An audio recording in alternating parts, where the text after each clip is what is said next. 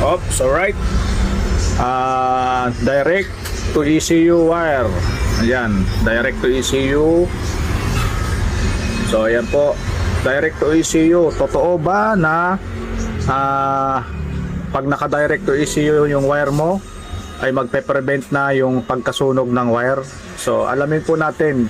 So katulad po nito, naka-direct to ECU from stator hanggang stator po ay nakakabit itong long wire.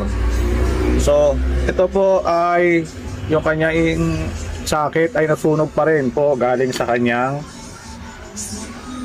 ayan, ECU. So nakikita po natin yung kanyang ECU ay nasunog din. So nagbaga na rin po yan. So bakit po ba nagkaganito kahit naka direct to ECU na yung socket galing stator at wala na siyang add pro? Itong wire na to papunta na po ng stator. So ganoon pa rin yung nangyari.